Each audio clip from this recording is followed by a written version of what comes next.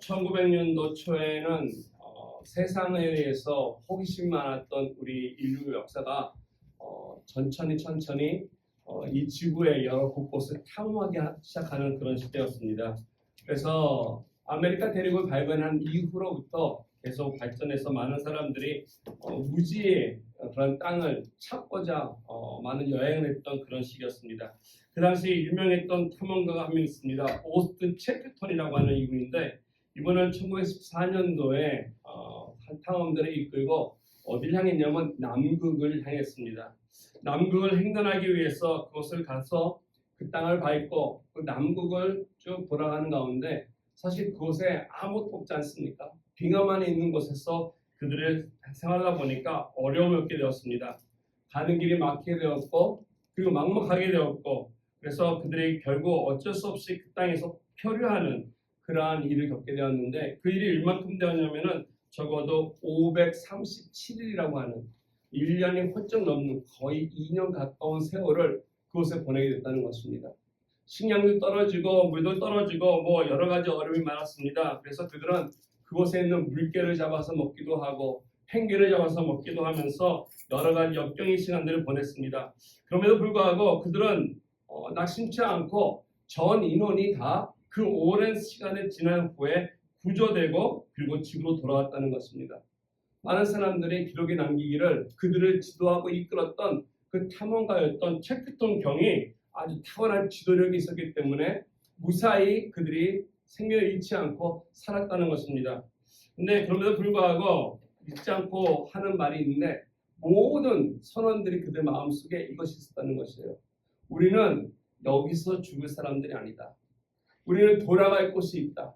우리는 반드시 가야 한다. 우리는 집으로 가야 한다. 라면서 매일 아침마다 일어나서 외쳤다고 합니다. Let's go home. 우린 집으로 가자. 집으로 가자. 이 사실을 잊지 않고 그들은 어려운 고통 가운데서도 그들을 사랑하는 가족들이 있고 조국이 있고 가야 할 곳이 있다는 것을 잊지 않는 그 마음을 꼭 붙들고 살아갔다는 것입니다.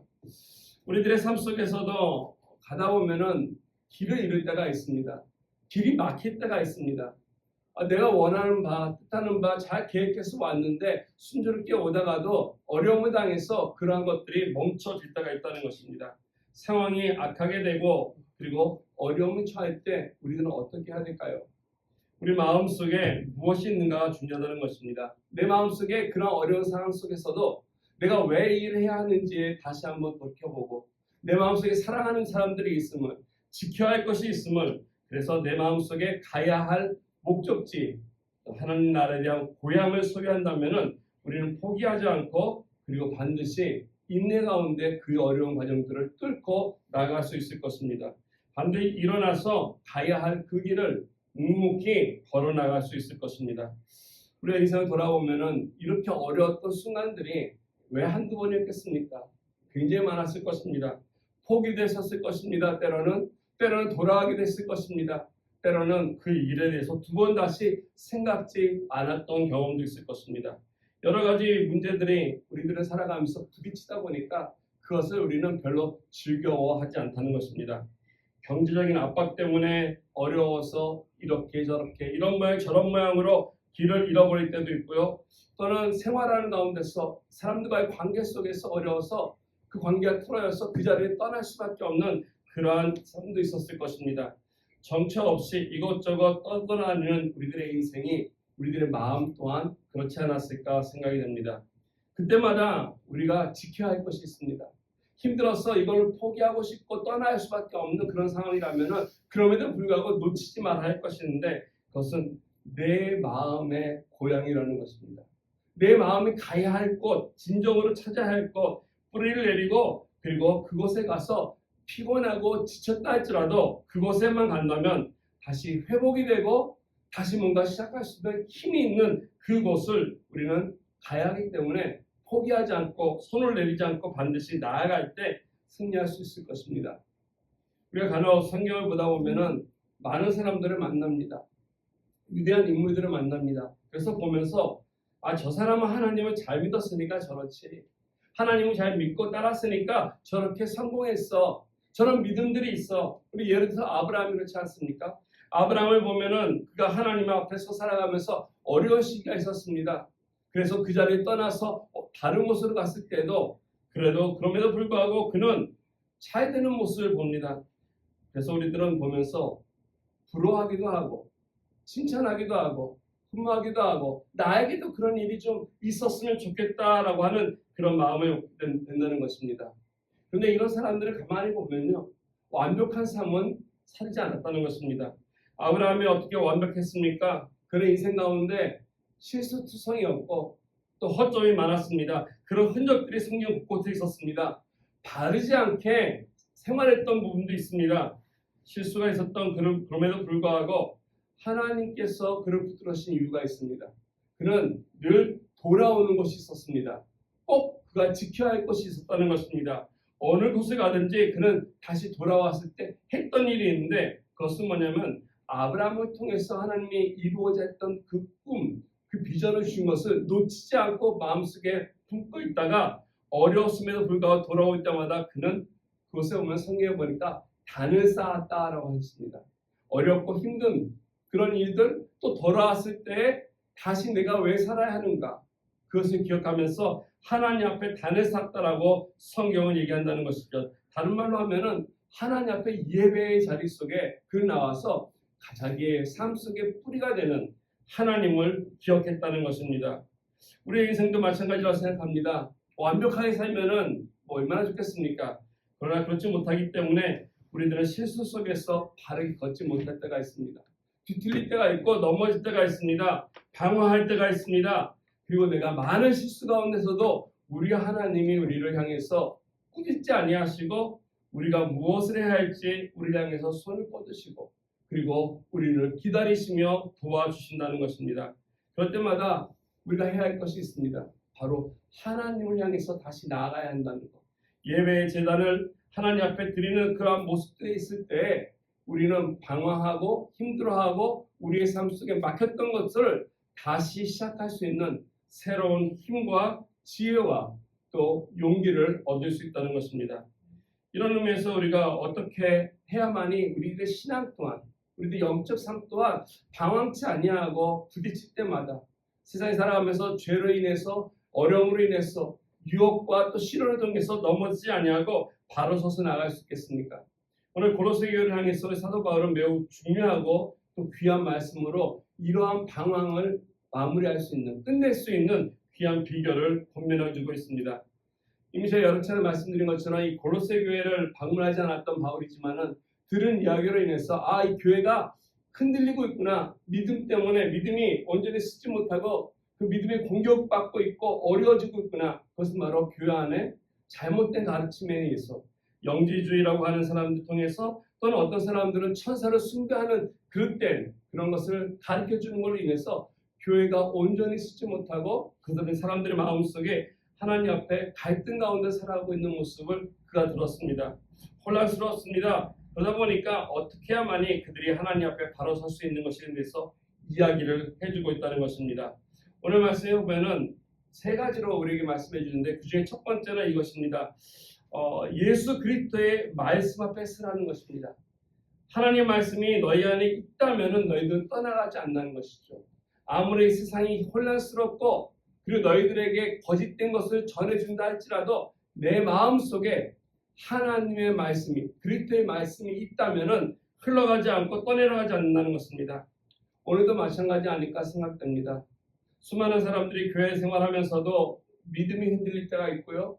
우리가 세상 속에서 어려워서 이렇게 넘어질 때가 있다는 것입니다. 그러할 때 넘어지는 게 문제가 아니라 내 마음속에 무엇을 붙잡고 다시 일어서는가가 중요하다는 것입니다.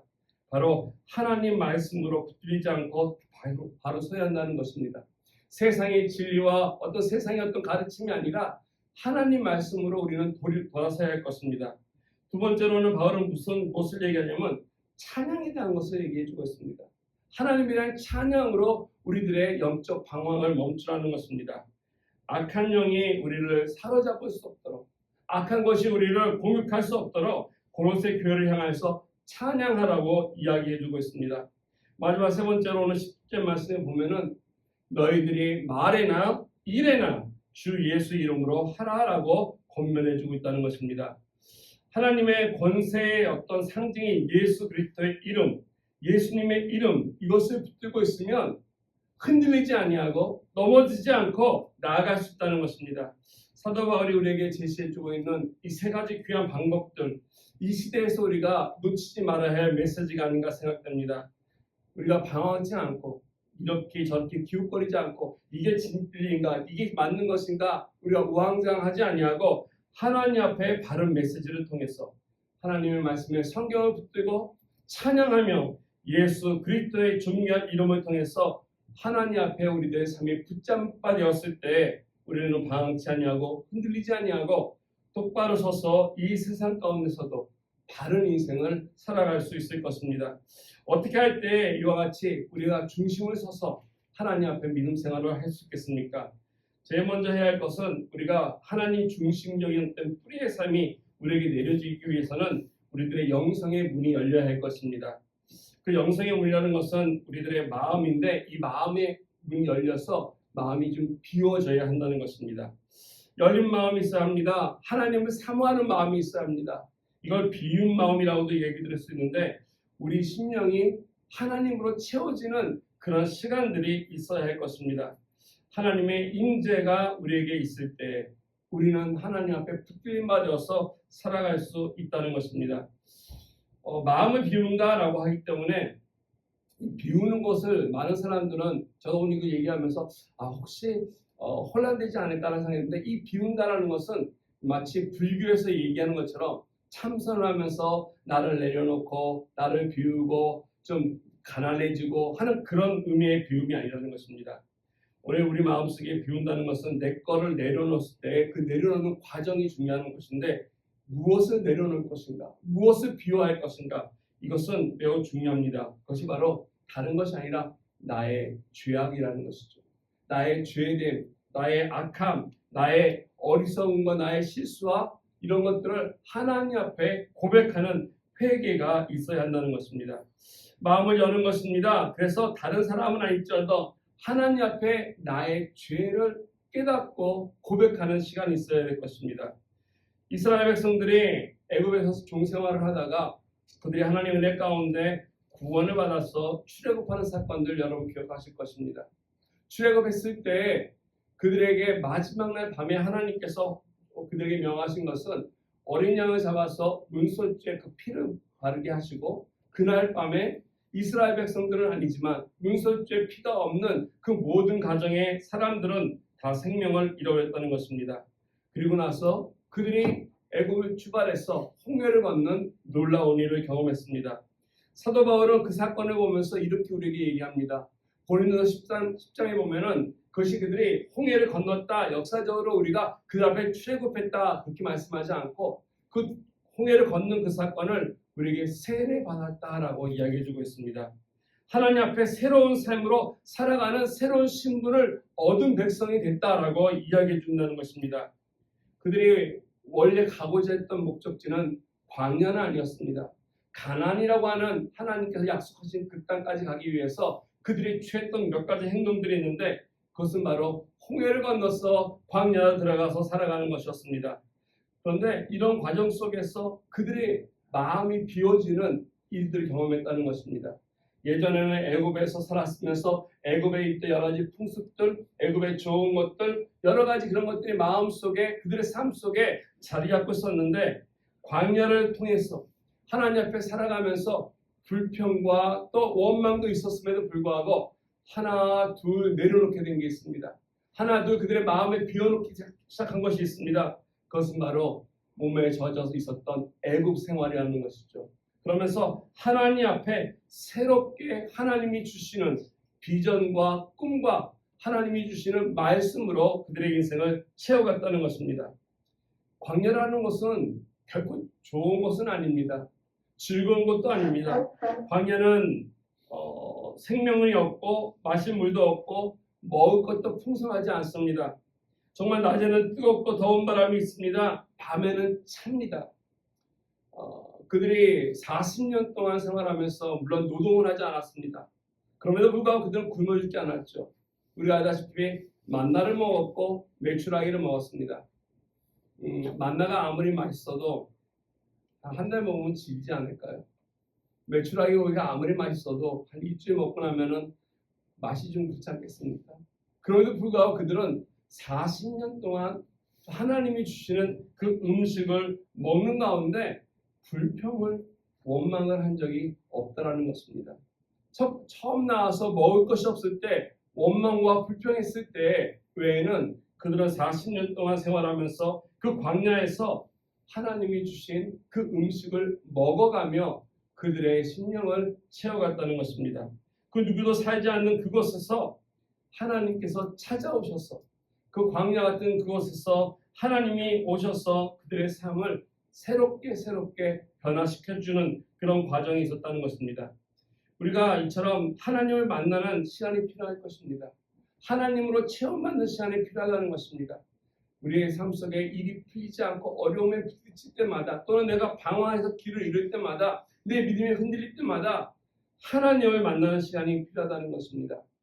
세상이 바쁘기 때문에 어지러운 세상 속에서 하나님을 우리가 만나기 쉽지 않습니다. 고요한 장소를 정하고 어떤 시간을 정해서 하나님 앞에 우리 마음속을 힘들어하는 것들, 흔들리게 하는 것들, 나를 괴롭히는 것들, 나로 사로잡고 있는 것들을 우리는 고백해 나가야 할 것입니다. 하나님 만나기 위해서 기도하려고 가만히 앉아있으면 하나님이 쫙 나타나시면 얼마나 좋겠습니까? 여러분들 그러십니까? 그러지 않아요. 하나님 앞에 나와서 기도하려고 쫙 나오면요, 그 하나님 나타나는 것이 아니라 내 머릿속에 잡다한 생각들이 먼저 떠오릅니다. 저 일 마무리해야 되는데 하지 못했네. 해야 하다 마른 일들, 해야 할 일들, 그것뿐만 아니라 누군가와 만나서 하지 못했던 이야기들, 다 나누지 못한 말들, 또는 누군가의 관계 속에서 화가 나서 잊고 있었는데 가만히 있다 보니까 그 일이 다시 생각나서 내 마음속에 분노가 일어나기도 하고 괴롭기도 하는 이러한 일들이 나온다는 것입니다. 무엇입니까?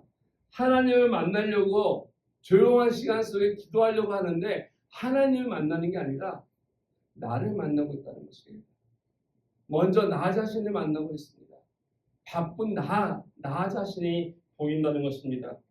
머릿속에 꽉 차 있는 수많은 잡념들, 어제 본 드라마나 인터넷에서 본 내용들, 물건들, 여러 가지들, 이런 것들이 먼저 나와서 우리가 하나님 만나는 것이 참 쉽지 않은 것이 현실이라는 것입니다. 그런데 이런 것들을 먼저 다 쏟아내야 할 것입니다. 다 쏟아내고 그리고 하나님 앞에 나와야 할 것입니다. 세상의 것이 내 마음속에 가득 차 있는데, 내가 아직도 내 마음속에 가득 차 있는데 어떻게 그 가운데 하나님을 만나며 하나님의 말씀으로 채울 수 있겠습니까? 나를 지배하고 있는 것이 내가 갖고 있는 그 관심의 대상들이 너무 많은데 그런 것들을 내가 내려놓고 난 후에 하나님 앞에 나올 때 주님께서는 내 삶 속에 있는 모든 것들을 하나씩 정리해 주시면서 그 가운데 충만히 역사하신다는 것입니다. 우리의 생명을 사로잡고 나의 가치관을 바로잡고 나를 변화시키는 것, 이것이 바로 먼저 하나님 앞에 나의 것을 다 쏟아놓고 난 후에 이루어지는 것입니다. 그래서 하나님 앞에 나와서 하나님 만나려고 하면서도 나의 것을 먼저 쏟아부으십시오. 나의 죄악들을 먼저 내어보십시오. 내 머릿속에 있는 것들, 내 생각에 있는 것들, 이런 모든 것들을 먼저 하나님 앞에 회개함으로 선행이 될 때 우리는 하나님의 은혜 가운데 채워질 것입니다. 구약에 보면은 하나님 만나기 위해서 그냥 성막에 들어가서 만날 수 없다는 것입니다. 성막에 가만히 보면은 그 성소에 들어가면은 진설병이라고 하는 하나님의 말씀을 상징하는 떡이 있습니다. 떡이 있는데 그 떡을 그냥 먹을 수 없다는 것입니다. 그 안에 들어가면은 금촉대도 있고요. 그리고 이와 같은 지성소 안에 있는 물건들을 가기 전에 한 가지 먼저 바깥에 있는 것입니다. 그 바깥에 있는 것이 뭐가 있냐면은 그 입구를 지나갈 때 먼저 해야 할 것이 있는데 거기는 물덩이가 있습니다. 그 큰 물덩이가 있는데 번제단 앞에서 먼저 나의 죄를 다 씻고 나의 죄를 회개하고 씻은 바 되어서 성결한 가운데 그 다음에 지성소에 들어가서 하나님의 말씀을 먹고 성령의 인도함을 받을 수 있는, 그래서 그 안에 기도를 드릴 때 그 기도가 향기가 되어서 하나님께 드려질 수 있다는 것입니다. 먼저 선내야 될 것이 내 마음속에 있는 죄악들이라는 것이죠. 나에 대한 생각이라는 것입니다. 이걸 그대로 가지고 있으면서는 우리 결단코 하나님을 만날 수 없을 것입니다. 내가 방황합니까? 길이 막힙니까? 하던 일이 멈췄습니까? 그 일을 내 마음속에 계속 품고 있다면 결단코 하나님을 만날 수는 없을 것입니다. 먼저 우리들의 마음을 비우시고 먼저 하나님 앞에 나의 모든 죄악들을 고백하고 참된 회개하는 마음이 있을 때 그 가운데 하나님께서 우리들을 길을 열어주시고 알려주시고 인도해 주신다는 것입니다. 그래서 우리가 제일 먼저 해야 할 것은 하나님 내 마음을 비우는 것, 성령의 도움을 받아서 회개함으로 나와서 하나님 앞에 나오는 것입니다. 두 번째로 내가 마음을 비운 후에 오늘 말씀 보니까 하나님에 대한 노래가 터져 나와야 한다라고 이야기해주고 있습니다. 소위 이것은 지성소 안에서 일어나는 사건이라고 말씀드릴 수 있습니다. 아까 말씀드린 것처럼 성막에 들어가면 성소가 있고 지성소라는 것이 있지 않습니까? 두 군데 있었는데 그 가운데 휘장이 있어서 휘장이 서로를 가르고 있었습니다. 아무나 함부로 그 지성소에 들어갈 수 없었습니다. 대제사장만이, 그것도 1년에 한 번 너무나 거룩한 곳이기 때문에 들어갈 수 있는 곳입니다. 그곳에 가면 그 안에 들어가면 귀한 것이 있는데 뭐가냐 법궤가 있고 그 법궤 위에 시은자가 있습니다. 즉 법궤를 딱 벗고 있는 그 뚜껑인데 그 위에 이제 스랍들이 있는 모습이 있지 않습니까? 하나님이 계신 것, 가장 거룩한 것, 하나님의 임재가 계신 것, 그곳에 들어가서 대제사장이 모든 백성들의 죄를 위해서 하나님 앞에 고백하고 그리고 그 가운데서 하나님의 은혜를 받고 나온다는 것입니다. 오늘 16절 말씀 보시면 우리가 그 가운데 드려야 할 노래가 있습니다. 이렇게 얘기하고 있습니다. 시와 찬송과 신령한 노래를 부르며 마음의 감사함으로 하나님께 찬양하라 라고 얘기한다는 것입니다.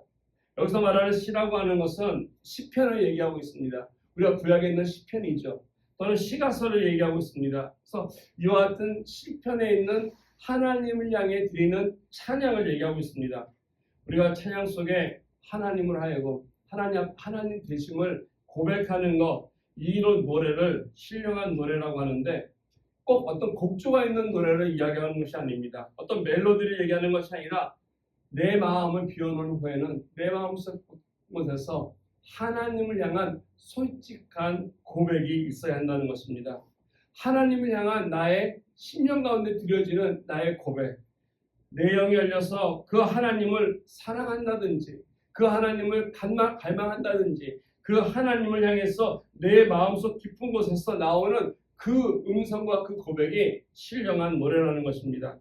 건성으로 드리는 것이 아니라 깊숙한 가운데 하나님 앞에 깊이 기도하는 가운데 나의 죄악들을 예수의 십자가 앞에 내려놓았다면 그 후에는 하나님을 만나서 그 하나님을 사모해서 나아가는 그러한 시간이라는 것입니다. 그러한 기도 시간들, 하나님과의 만남의 시간들, 이런 시간들이 우리에게 필요한데 그 시간은요 어떻게 보면 잴 수 없는 시간이라고도 말씀드릴 수 있을 것입니다. 꽤 오랜 시간을 기도해도 매우 짧았다라고 느껴질 수 있을 정도로 시간의 개념이 없는 그런 순간들일 것입니다. 하나님의 임재를 누리는 시간입니다. 하나님과 만나는 시간입니다. 바울은 그 경험을 이렇게 얘기합니다. 내가 내 몸 안에 있었는지 내가 몸 밖에 있었는지 알 수 없을 정도로 그는 하나님 앞에 깊이 영적으로 경험했던 사람이었습니다.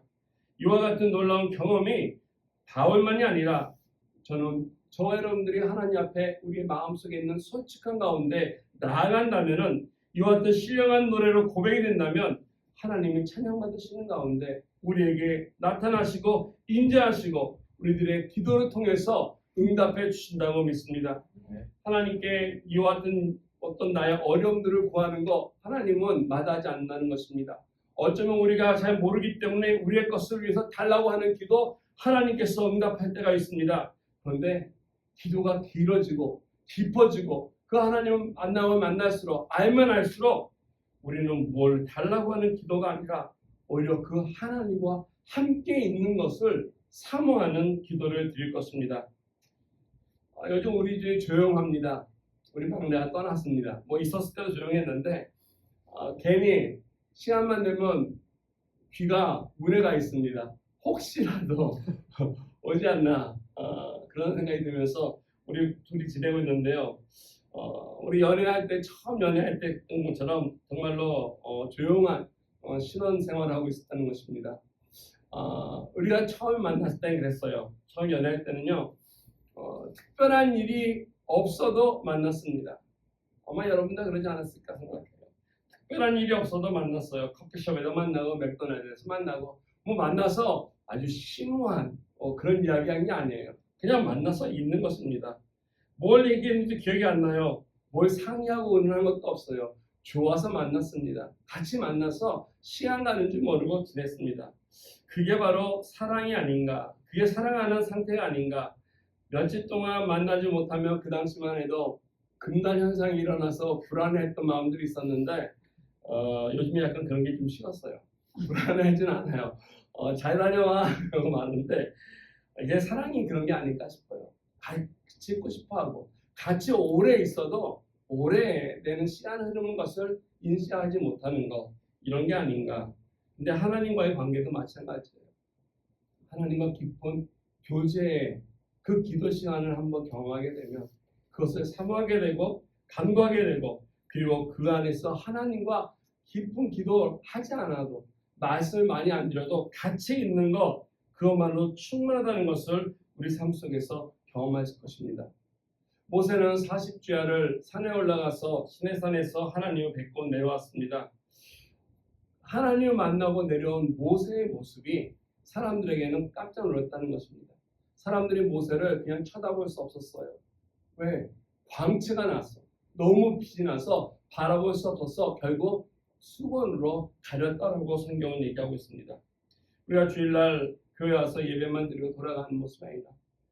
들어와서 하나님께 예배 드릴 때 우리 마음속에 솔직한 마음으로 하나님을 내가 깊이 만나고 나가자는 마음이 있을 때 우리 몸속에서 우리 삶 속에서 빛이 난다는 것입니다. 단순히 입술로 드려지는 예배가 아니라 내 영으로 하나님 앞에 깊이 드리는 예배가 있을 때 그와 같은 찬양의 고백이 있고 우리들의 믿음의 고백이 주어질 때 하나님께서 역사하시고 함께 해주신다는 것입니다. 바울과 실라가 빌립보 감옥에서 두들겨 맞고 그리고 묶여 있을 때 그들이 밤중에 있었던 일이 기억나지 않습니까? 그들이 했던 것이 찬양이 아니었습니까? 찬양했더니 쇠사슬이 풀리고 옥문이 열리고 오히려 놀라운 일은 자기를 때리고 그리고 묶어뒀던 간수가 오히려 바울과 실라에게 무릎을 꿇고 묻지 않습니까? 우리가 어떻게 해야 구원을 얻습니까? 그때 바울이 그들에게 얘기하지 않습니까? 주 예수를 믿으라 그리하면 너와 네 집이 구원을 얻는다. 찬양을 드릴 때 역사가 일어난다는 것입니다. 내 삶만이 아니라 나를 통해서 예수 그리스도와 아니 우리 하나님이 증인이 되고 증거가 되어서 다른 사람들에게까지도 이와 같이 놀라운 삶으로 우리가 살아갈 수 있는 존재가 된다는 것입니다. 이와 같은 일이 저와 여러분 삶 속에 매일매일 날마다 삶 속에 주어지기를 주님의 이름으로 축원드리겠습니다. 만약 세 번째로 우리 삶 속에서 어떤 어려움들이 있을 때 방황치 않고 그 일을 끝내고 돌아오기 위해서 먼저 내가 갖고 있었던 이런 회개뿐만 아니라 하나님께 깊은 기도뿐만 아니라 마지막에 할 것은 주님의 능력이 나타나기 위해서 하나님 앞에 찬양한 후에 하나님께 나아가야 할 것입니다. 오늘 10절 말씀에 보면은 이렇게 얘기합니다. 또 무엇을 하든지 말이나 일이나 다 주 예수의 이름으로 하고 그를 힘입어 하나님 아버지께 감사하라라고 얘기하고 있습니다. 일이나 말이나 이 일이 되던 어떤 말이 되던 대화 속이던 하는 모든 것들 가운데 주 예수의 이름으로 하라라고 하는 것은 이거는 우리들의 일상생활 속에 하는 모든 것을 주님과 함께 하라는 것을 강조하는 것입니다. 우리들의 평소 하는 대화 속에 내 입에서 나가는 어떤 생각들이 예수 그리스도와 같이 가야 한다는 것입니다. 예수의 이름이 나와야 할 것입니다. 행하는 모든 일들이 예수님의 이름으로 행해지는 것이 되어야 할 것입니다. 내가 일을 하러 가던 드라이브를 하던 무엇을 사러 가던 이 일들이 주님과 함께하는 일들이 되어야 할 것입니다. 누구에게 인사를 하던 카톡을 보내던 그 가운데 내 마음속에 예수의 이름으로 함께 한다는 것입니다. 나의 삶의 모든 현장에서 예수님의 이름이 나타나야 되고 영광이 될 수 있도록 선포되는 삶이 있어야 한다는 것입니다. 이 세상은 악합니다. 우리가 계속 금요일마다 요한계시록을 보고 있지만 환난 시기 속에 살기 때문에 끊임없이 우리를 흔들어 놓는 것입니다. 우리에게 환난을 통해서 유혹을 하고 우리들의 믿음을 흘려놓고 미혹하게 하고 넘어지게 하는 공격이 계속 있습니다. 그러할 때마다 예수의 이름으로 우리가 말을 하고 예수의 이름으로 일을 한다면은 우리의 삶 속에 마귀가 다가올 틈이 없다는 것입니다. 아무리 험악한 환경 속에 있을지라도 주님과 함께 말을 하며 주님과 함께 일을 하며 주님의 예수 이름으로 살아가는 그 삶을 그 어떤 마귀가 만질 수 있겠습니까? 우리가 지니고 있는 우리들의 삶 속에 우리들의 육체가 고통스럽고 병든다 할지라도 우리가 주님의 이름을 붙들고 산다면은 그 가운데서도 쓰러지지 아니하고 우리가 일어설 수 있을 것입니다. 어떤 일이든지 예수의 이름의 권세를 믿고 붙들고 나가야 할 것입니다. 우리들의 인생이 녹록지 않은 거 분명합니다. 그럼에도 불구하고 어떤 모습으로 살아가든지 주님과 함께 한다면 승리하신 우리 주님이 함께 도와주셔서 넉넉함으로 우리의 삶 속에 나아갈 수 있는 목표를 향해서 한 걸음 한 걸음 이끌어 주실 것입니다. 오늘 우리가 이것을 좀 기억하면서 같이 기도했으면 좋겠습니다. 하나님, 내가 하고자 하는 일들 또 내 삶 속에 꿈꾸고 있는 것들, 바라는 것들 잘 내 뜻대로 되지 않을 때 있습니다. 근데 우리 기도하면서 예수의 이름으로 행하게 하여 주시옵소서. 예수의 이름이 드러나게 하여 주시옵소서. 그래서 내가 세상의 것을 쫓는 것이 아니라 사람들의 말을 우리가 쫓아다니는 것이 아니라 내 마음속에서 하나님 향해서 사랑의 고백을 드리고 믿음의 고백을 드리고 그리고 하나님 앞에 우리들의 삶이 인도함 받기를 소원하는 내 솔직한 심령들이 고백되는 찬양이 있기를 주님 바랍니다. 이러한 마음으로 우리 같이 기도드리면서 나아가기 원합니다. 우리 같이 기도드리겠습니다.